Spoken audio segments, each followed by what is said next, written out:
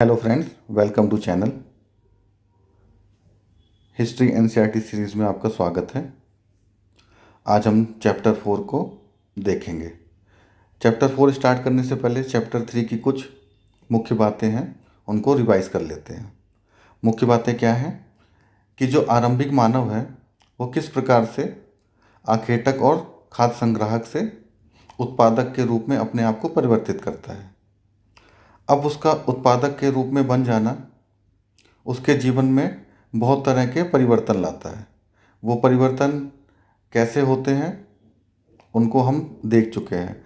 वो परिवर्तन इस तरह से होते हैं कि अब उसको एक ही स्थान पर रहना है, क्योंकि जब वो एक स्थान पर रहेगा तभी वो अपने फसलों की रक्षा कर पाएगा और अनाज का उत्पादन कर पाएगा। तो अब एक स्थान पर रहने से वो अपने घर का निर्माण कर रहा है। अब बहुत सारी जो जनसंख्या है वो एक स्थान पर रहकर फसलों को उगा रही है, अनाज का उत्पादन कर रही है। अब अनाज के उत्पादन से क्या है कि वो अब पूरे टाइम वो शिकार के लिए व्यस्त नहीं है। अब उसके पास बहुत सारा ऐसा समय है जिनमें वो नई क्रियाओं को कर सकता है। तो इन नई क्रियाओं को करने से ही अब वो नए तरह तरह के आविष्कार करेगा। अब उसके पास समय है आविष्कार करने के लिए। वो आविष्कार क्या होंगे कि वो कृषि क्षेत्र में नई वस्तुओं को बनाएगा जो कृषि कार्यों को आसान बना देती है। अपने जीवन को सरल करने के लिए बहुत सारे चीज़ों का वो निर्माण करेगा। तो इसी कहानी को हम देखते रहेंगे और किस तरह से मानव अपने जीवन को सरल बना रहा है, प्रकृति के साथ तालमेल बैठाकर वो अपने जीवन को कैसे आगे बढ़ा रहा है उसको हम देखेंगे। जैसा कि मैंने आपको बताया कि नवपाषाण काल में हमें बहुत सारे ऐसे स्थल मिलते हैं जो एक गांव की तरह बन चुके हैं। अब आप देख रहे हैं जब एक स्थान पर बहुत समय तक लोग रहते हैं तो जनसंख्या निरंतर बढ़ती रहती है और वहाँ पे क्या होता है, नए तरह के मकान बनते जाते हैं, एक घनत्व बढ़ता चला जाता है। और कृषि का जब उपयोग उन्होंने प्रारंभ कर दिया है, कृषि करने लगे हैं, तो उसी के साथ साथ वो बहुत सारी वस्तुओं का भी निर्माण करने लगे हैं। तो यही सब चीज़ें मिल के है ना एक नगरीय व्यवस्था का निर्माण करती हैं। ये वह पृष्ठभूमि है जो एक नगरीकरण को प्रारंभ कराती है। तो इसी को हम देखेंगे कि जो भारत में पहला नगरीकरण हो रहा है हड़प्पा सभ्यता के रूप में, उसको हम इस तरह से जोड़ सकते हैं। अब हम चैप्टर 4 में यही देखेंगे कि आरंभिक नगर हैं उनके बारे में हम अध्ययन करेंगे। अब पहला जो शीर्षक है हड़प्पा की कहानी, इसमें बताया जा रहा है कि लगभग 150 साल पहले जब पंजाब में पहली बार रेलवे लाइन बिछाई जा रही थी, तो इस काम में जो जुटे कुछ इंजीनियर हैं, अचानक हड़प्पा पुरस्थल उनको मिलता है और वो क्या करते हैं कि उस खंडहर में लगी ईंटों का उपयोग कर लेते हैं। तो इस तरह से क्या है कि वो बहुत सारे अ, ऐसे स्थल हैं उनको वो खराब कर देते हैं वहाँ, क्योंकि वहाँ की ईंटें वो उठाकर रेलवे लाइन में बिछा देते हैं। तो इस तरह से पहली बार वो सामने आते हुए भी नहीं आता है, लेकिन उसके फिर आज से 80 साल पहले पुरातत्वविद ऐसे स्थलों को ढूंढते हैं, उसका पता लगा लेते हैं और इस तरह से हमारा हड़प्पा के जो नगर हैं उनका ज्ञान प्राप्त करना हम प्रारंभ करते हैं। इसको हड़प्पा सभ्यता क्यों बोलते हैं? क्योंकि जो प्रथम नगर की खोज हुई वो हुई हड़प्पा नगर की खोज, इसीलिए उसको हम हड़प्पा सभ्यता बोलते हैं। सिंधु सभ्यता क्यों बोलते हैं? क्योंकि प्रारंभ में जितनी भी हमको स्थल मिल रहे हैं वो सिंधु नदी के आसपास मिल रहे हैं। बाद में जैसे जैसे और स्थलों की खोज होती है तो हम देखते हैं कि वो स्थल सिंधु जो घाटी है, सिंधु जो नदी है उससे बाहर भी है, लेकिन हम इसको तब तक सिंधु सभ्यता बुलाते हैं। अब इसमें जो पहला आता है वो ये है कि इन नगरों की विशेषता क्या थी। ये हमको हमेशा याद रखना है कि सिंधु सभ्यता में जो सबसे बड़ी विशेषता है वो यहाँ की जो नगर संरचना है उसकी है कि हर काम मैपिंग के थ्रू हुआ है। मतलब बहुत ही सुव्यवस्थित तरीके से पूरे शहर को बसाया गया है उसकी संरचना का बहुत ही विशेष ध्यान दिया गया है। ये इस नगर को मानचित्र के द्वारा बनाया गया है। ठीक है, नगर विन्यास हमेशा ध्यान रखना है कि नगर विन्यास और इसकी जल निकास प्रणाली बहुत ही उच्च कोटि की है। आज भी हम देखते हैं कि हमारे शहरों में बरसात के टाइम पे पानी भर जाता है, कितनी असुविधा का हमको सामना करना पड़ता है। लेकिन हमारे जो पूर्वज हजारों साल पहले उन्होंने नगरों को इस तरह से बनाया है कि वहाँ पे पानी नहीं रुकता है। जल निकास प्रणाली पे उन्होंने बहुत ही विशेष ध्यान दिया है, उसको हम पढ़ेंगे। और जो नगरों को बनाया गया है वो बहुत ही सोच समझ के बनाया गया है। जो भी सड़कें हैं वो समकोण पे एक दूसरे को काटती हैं। जो मकान हैं वो भी पूरे सुव्यवस्थित तरीके से बनाए गए हैं। जो नगरों का जो हिस्सा है वो भी बहुत ही सोच समझ के डिवाइड किया गया है। तो ये बहुत ही भली भांति रूप से नगरों को बनाया गया है। तो पहला इसको देख लेते हैं, इन नगरों की विशेषता क्या थी। इन नगरों में से कई को दो या उससे ज़्यादा हिस्सों में विभाजित किया गया है। प्रायः पश्चिम भाग छोटा होता था लेकिन ऊंचाई पर बनाया जाता था, और पूर्वी हिस्सा बड़ा था लेकिन निचले इलाके में होता था।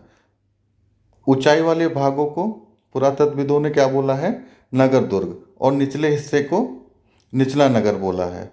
और दोनों हिस्सों की चार दीवारों को पक्की ईंटों से बनाया जाता था।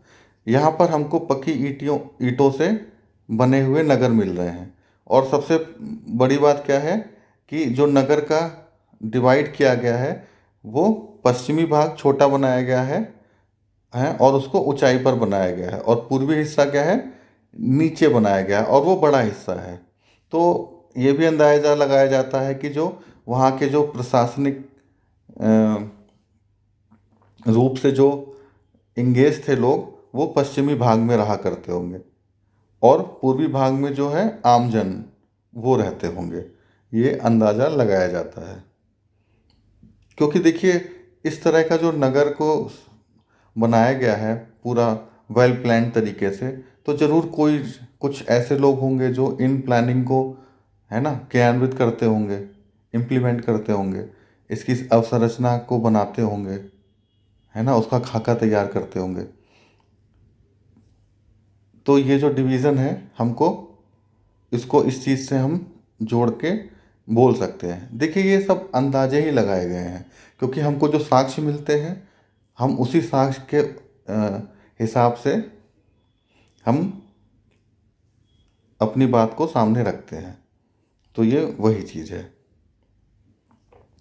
अब मोहनजोदड़ो, तो मोहनजोदाड़ो में क्या है, आपको एक महान स्नानागार मिल रहा है, एक तालाब। इस तालाब की क्या विशेषता है कि इसका जो पानी है उसको रिसाव को रोकने के लिए प्लास्टर और ऊपर चारकोल की परत चढ़ाई गई है। तो आप देखिए इसका भी ज्ञान हासिल कर लिया है कि पानी को के रिसाव को रोकने के लिए जो तकनीकी अपनानी जानी चाहिए उसका उन्होंने उपयोग यहाँ पर किया है। सरोवर में दोनों तरफ से उतरने के लिए सीढ़ियाँ बनाई गई हैं और चारों ओर कमरे बनाए गए थे। इसमें भरने के लिए पानी कुएं से निकाला जाता था, उपयोग के बाद इसे खाली कर लिया जाता था।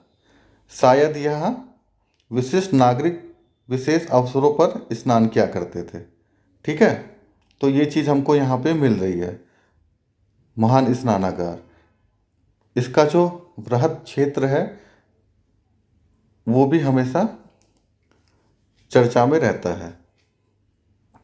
उसके बाद क्या है, कालीबंगा और लोथल में अग्निकुंड मिले हैं। हड़प्पा, मोहनजोदाड़ो और लोथल, यहाँ पे क्या है, बड़े बड़े भंडार गृह मिल रहे हैं।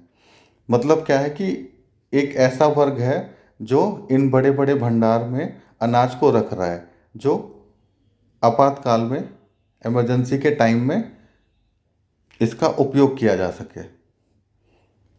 और नॉर्मल समय में भी यहाँ से अनाज है ना लेते होंगे, लेकिन आपातकाल के समय में भी भंडारण जो मेन होता है भंडारण का वो आपातकाल के लिए ही होता है। अब यहाँ पे क्या मिल रहा है, भवन, नाले और सड़कें। वो किस तरह की थी इस नगर में, घर आमतौर पर एक मंजिल और दो मंजिल के होते थे। घर के आंगन के चारों ओर कमरे बनाए जाते थे। अधिकांश घरों में एक अलग स्नानागार होता था और कुछ घरों में कुएं भी मिलते हैं। तो ये देखिए है ना, जो घर हैं वो आधुनिक जो हमारे घर हैं उसकी ही तरह हैं। हजारों साल पहले हमने अपने जीवन स्तर को यहाँ तक है ना उठा लिया था कि हर घर में आपको क्या है, स्नानागार मिल रहे हैं, कुएं मिल रहे हैं, एक मंजिल और दो मंजिल की इमारतें मिल रही हैं। कमरों को भी क्या है, प्लान तरीके से बनाया गया है।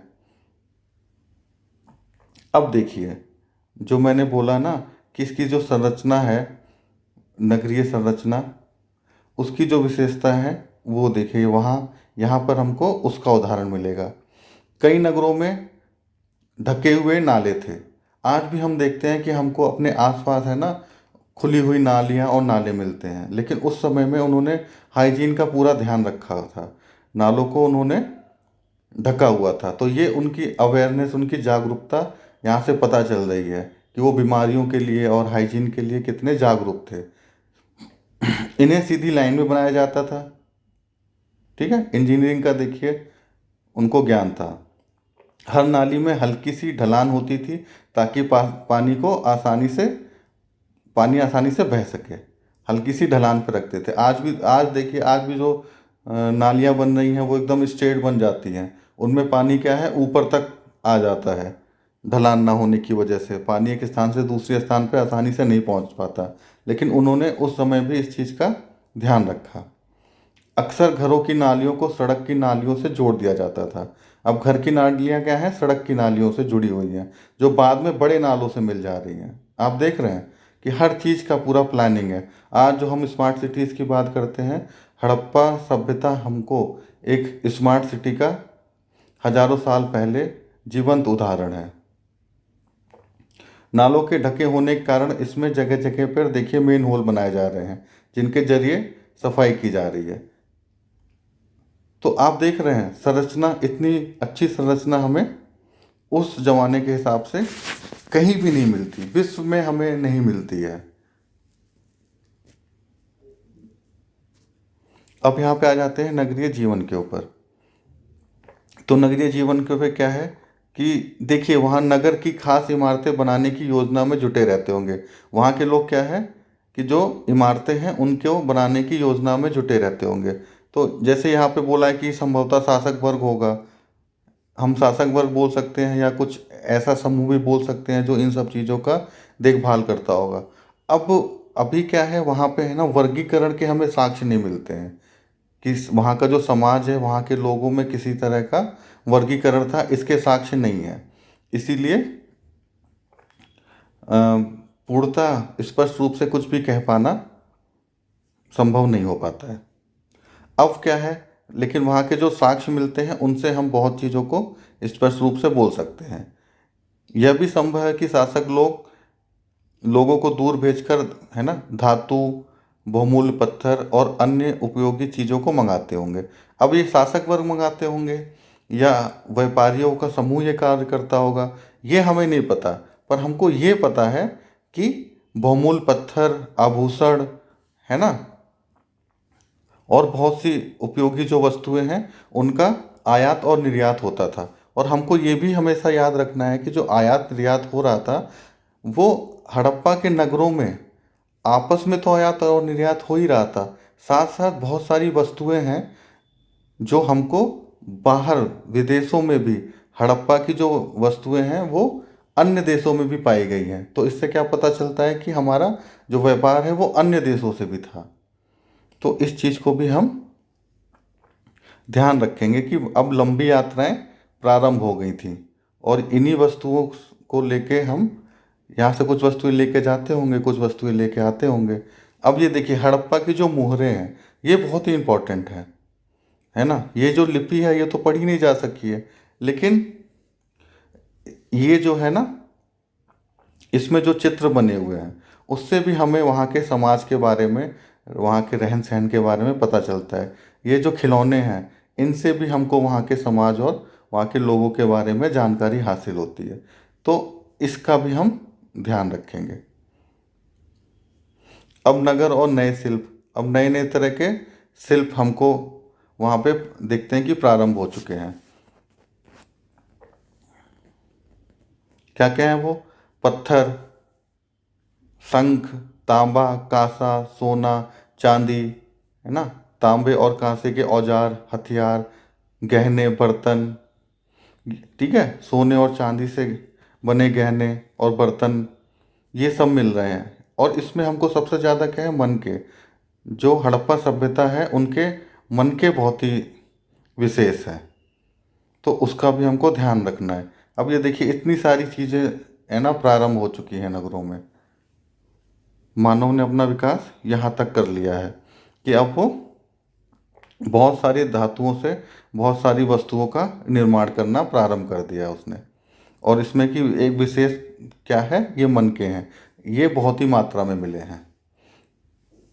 अब देखिए जब व्यापार चालू होता है तो एक उसकी जो मूलभूत विशेषता है कि जब कोई भी व्यापार प्रारंभ होगा तो आपको माप और तोल की जानकारी होनी बहुत ही आवश्यक हो जाती है।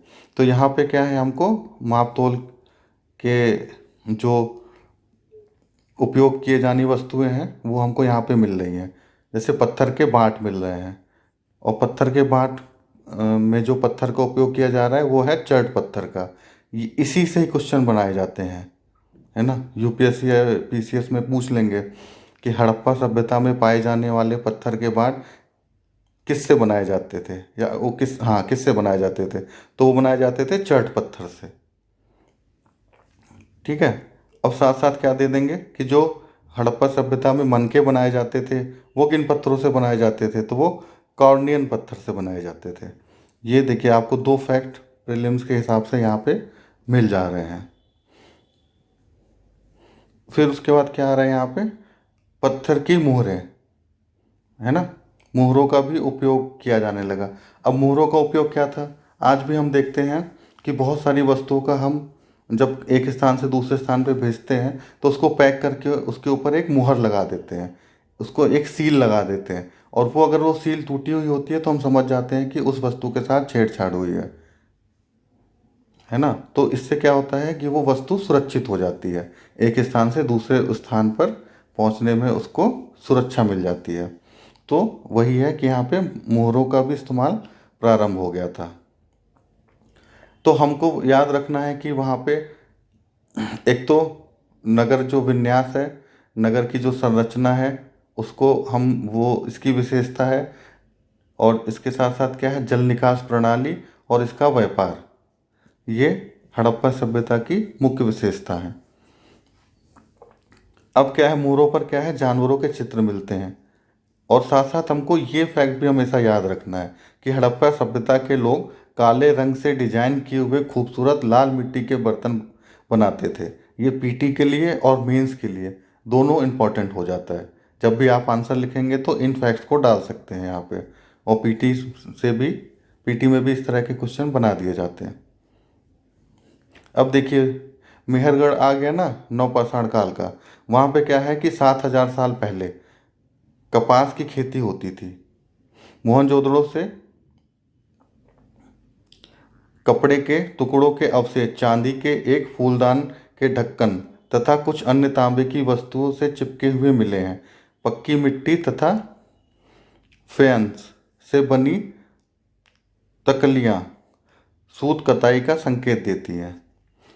अब देखिए ये जो मूर्ति है इसमें आपको दिख रहा है, ये इससे क्या पता चल रहा है कि अब यहाँ पर कढ़ाईदार वस्त्रों का उपयोग प्रारंभ हो चुका है, कि अब वहाँ के जो लोग कपड़े पहन रहे हैं वो अलग अलग डिज़ाइन के हैं, और ये देखिए इस तरह की डिज़ाइनें बनाई जा रही हैं, उन पे तरह तरह की कढ़ाई की जा रही है। तो अब वो कपड़ों से तो भिज्ञ हो ही गए हैं, साथ साथ उन्होंने क्या किया है कि उस पर कढ़ाई को भी प्रारंभ कर दिया है। इससे क्या पता चल रहा है कि उस समाज में अब विशेषज्ञ आ गए हैं, वस्तुओं का निर्माण जो है वो विशेषज्ञों के द्वारा किया जाने लगा है। और इसका एग्जाम्पल उन्होंने दे दिया है कि पत्थर का तराशना, मनकों का जो है ना चमकना, फिर मोहरों की जो पच्चीकारी है, इन सब से क्या पता चल रहा है कि वहाँ पे अब विशेषज्ञों का डेवलपमेंट डेवलप हो चुके हैं। विशेषज्ञ मतलब अब समाज का एक ऐसा वर्ग है जो अब बैठ के जो मानव है उसके जीवन को सरल बनाने के लिए, खूबसूरत बनाने के लिए काम करने लगा है। सभ्यता का विकास यहाँ तक पहुँच चुका है। अब ये आ गया फेंस। पत्थर और शंख प्रकृति तौर पर पाए जाते हैं, लेकिन जो ये फायंस है को कृत्रिम रूप से तैयार किया जाता है। ये किस चीज़ का बनता है? बालू और स्फटिक पत्थरों के चूर्ण को गोंद में मिलाकर इससे वस्तुएं बनाई जाती हैं। ठीक है, तो ये हमको याद रखना है कि इसमें किन चीज़ों का उपयोग किया जाता है ना? स्फटिक पत्थरों का और बालू का, जिसको गोंद में मिलाकर इस तरह की संरचना बना रहे हैं। गोंद में मिलाकर उससे वस्तुएं बनाई जाती हैं। उसके बाद वस्तुओं पर चिकनी परत चढ़ाई जाती है। इन चिकनी परत पे नीले और हल्के समुद्री गहरे रंग के होते हैं। इनसे और क्या क्या बनाया जा रहा है? मनके बनाया जा रहा है, चूड़ियाँ बनाए जा रहे हैं, है ना, बाले, छोटे बर्तन, इतनी सारी चीज़ बनाई जा रही हैं। तो ये भी फैक्ट है ना, हमारा इम्पोर्टेंट हो जा रहा है। ठीक है, ये पीटी और मेंस दोनों के लिए ज़रूरी है, तो इसको भी याद रखेंगे हम। कच्चा माल तो आपको पता ही है, जो प्राकृतिक रूप से मिलते हैं उनको हम कच्चा माल बोलते हैं। अब यहाँ पे क्या है? तांबा। तांबे का ये जो बोल रहे हैं कि राजस्थान है, वहाँ से इसका तांबा राजस्थान से आता था, और पश्चिमी एशियाई देश ओमान से भी तांबे का उपयोग किया जाता था, वहाँ से भी आयात किया जाता था। ठीक है, कांसा बनाने के लिए तांबे के साथ मिलाई जाने वाली धातु क्या है? टीन है। कांसा किससे बनता है? तांबे और टीन से, इसको याद रखिएगा। ईरान और अफगानिस्तान से भी आयात इसका किया जाता था। देखिए अब कैसे यहाँ पे मिल रहे हैं ना हमको, देखिए सामान मिल रहे हैं यहाँ। तो इन देशों को याद रखिए कि यहाँ से आयात और निर्यात प्रारंभ हो चुका है। ये देखिए, ये हमको यहाँ पे नाव की संरचना मिल रही है।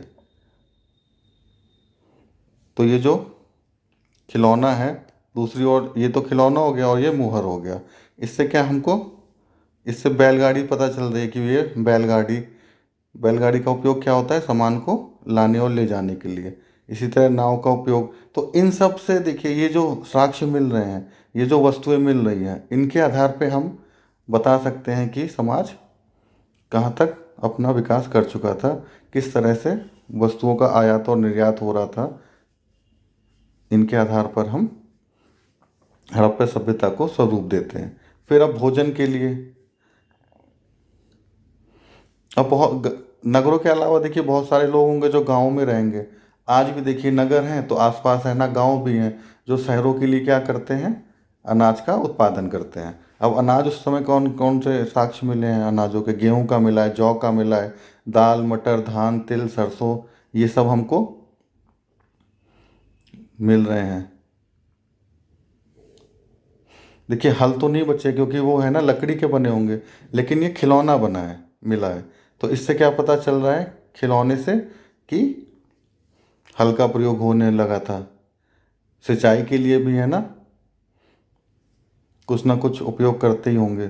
फिर उसके बाद क्या है, हड़प्पा के लोग गाय, भैंस, भेड़, बकरियां, इन सब से भी, इनको भी पालते थे। गाय के ज़्यादा अवशेष नहीं मिले हैं, इसको एक बार चेक कर लीजिएगा, आगे के चैप्टर में वही बता दूंगा। अब क्या है यहाँ पे देखिए, गुजरात में हड़प्पा कालीन नगरों का सूक्ष्म निरीक्षण। अब यहाँ पे देखिए धौलावीरा, ये बहुत ही इम्पोर्टेंट नगर है। ये है ना कच्छ इलाके में है। ठीक है, खादिर, इसको याद रखना। ये पीटी का हमको फैक्ट मिल गया। पूछ लेंगे धौलावीरा कहाँ है, कच्छ की खाड़ी में लिख देंगे, है ना, खंबात की खाड़ी में लिख देंगे, ऐसे ही करके वो पूछ लेंगे, तो इससे कन्फ्यूज़न पैदा हो जाता है। तो इसको हम याद रखेंगे। और देखिए धौलावीरा आपको क्या है, एक ऐसा नगर है जो 3 भागों में विभाजित मिल रहा है। इसके हर हिस्से के चारों ओर पत्थर की ऊंची ऊंची दीवार बनाई गई है। बड़े बड़े इसके प्रवेश द्वार हैं। एक खुला इसमें मैदान मिला है जहाँ पे क्या है, सार्वजनिक कार्यक्रम होंगे। कुछ अवशेषों में हड़प्पा लिपि के बड़े बड़े अक्षरों को पत्थरों में खुदा हुआ पाया गया है। इन अभिलेखों को संभवतः लकड़ी में जड़ा गया होगा। एक अनोखा अवशेष है, क्योंकि जो आमतौर पर हड़प्पा के जो अभिलेख मिल रहे हैं वो मोहरों पे मिल रहे हैं, पर यहाँ पे कहाँ मिल रहा है हमको, पत्थरों पे खुदा हुआ मिल रहा है। तो ये जो फैक्ट्स हैं ना बहुत ज़रूरी हैं। तो ये मेंस में भी आपके है ना यूज़ हो जाएंगे क्वेश्चन के हिसाब से, और पीटी के लिए भी आपको ये याद रखने हैं। इसीलिए एनसीईआरटी आपको है ना एक ही समय में दो सबसे बहुमूल्य चीज़ पीटी के लिए प्रोवाइड कराती रहती है अपने चैप्टर में। अब लोथल नगर कहाँ है? खंबात की खाड़ी में। यहाँ पे क्या आपको मिल रहा है? कीमती पत्थर, कच्चा माल आसानी से मिल रहा है। पत्थर, शंख, धातुओं से बनी हुई चीज़ों का, ठीक है, मोहरे, मुद्रांकन, मुहरबंदी, गीली मिट्टी से बनी छाप इसको बोलते हैं। अब ये देखिए जो है लोथल का बंदरगाह, ये सबसे ज़्यादा इम्पोर्टेंट है। इस पे हमेशा क्वेश्चन मिलते हैं, और इसी के आधार पर हम क्या कह सकते हैं कि विदेशों में व्यापार होता था।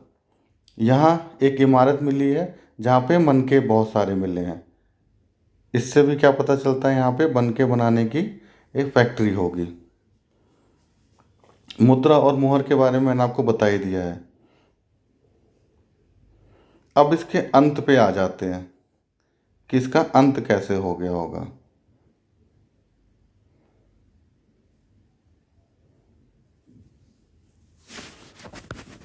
इसके अंत के बहुत सारे हैं। पहले तो देखिए, इतनी देर से हमने पढ़ा कि सबसे पहला जो कारण है वो है व्यापार। ये कहा जाता है कि इसका जो व्यापार है ना वो नष्ट हो गया, क्योंकि ये नगरीय सभ्यता थी, और नगरीय सभ्यता के साथ साथ क्या था कि यहाँ पे व्यापार होता था। तो पहला बोलते हैं कि व्यापार नष्ट हो गया था। लेखन, मोहर मुहर है ना, बाटों का प्रयोग बंद हो गया। दूर दूर कच्चे माल के आयात काफ़ी कम हो गया। ठीक है। मोहनजोदाड़ो में सड़कों पर कचरे के ढेर मिलने लगे। जल निकास प्रणाली है ना नष्ट हो गई। सड़कों पर झुग्गीनुमा घर बनने लगे। तो ये सब किस चीज़ का उदाहरण है? ये उसी चीज़ का उदाहरण है कि व्यापार खत्म हो रहा है। व्यापार खत्म होगा तो फिर क्या है कि हमारे पास कैपिटल नहीं होगी, पूंजी नहीं होगी।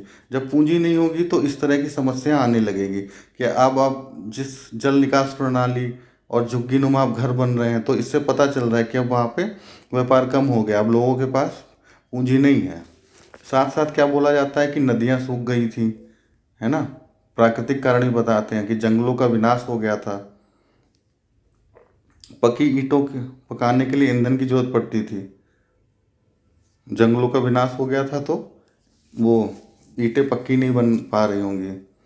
अब वो बोल रहे हैं कि मवेशियों के बड़े बड़े झुंड, चारागाह और घास वाले मैदान समाप्त हो गए थे। अब कुल मिला के ये स्पष्ट नहीं है, लेकिन इसको व्यापार और प्राकृतिक कारण दोनों से जोड़कर देखा जाता है।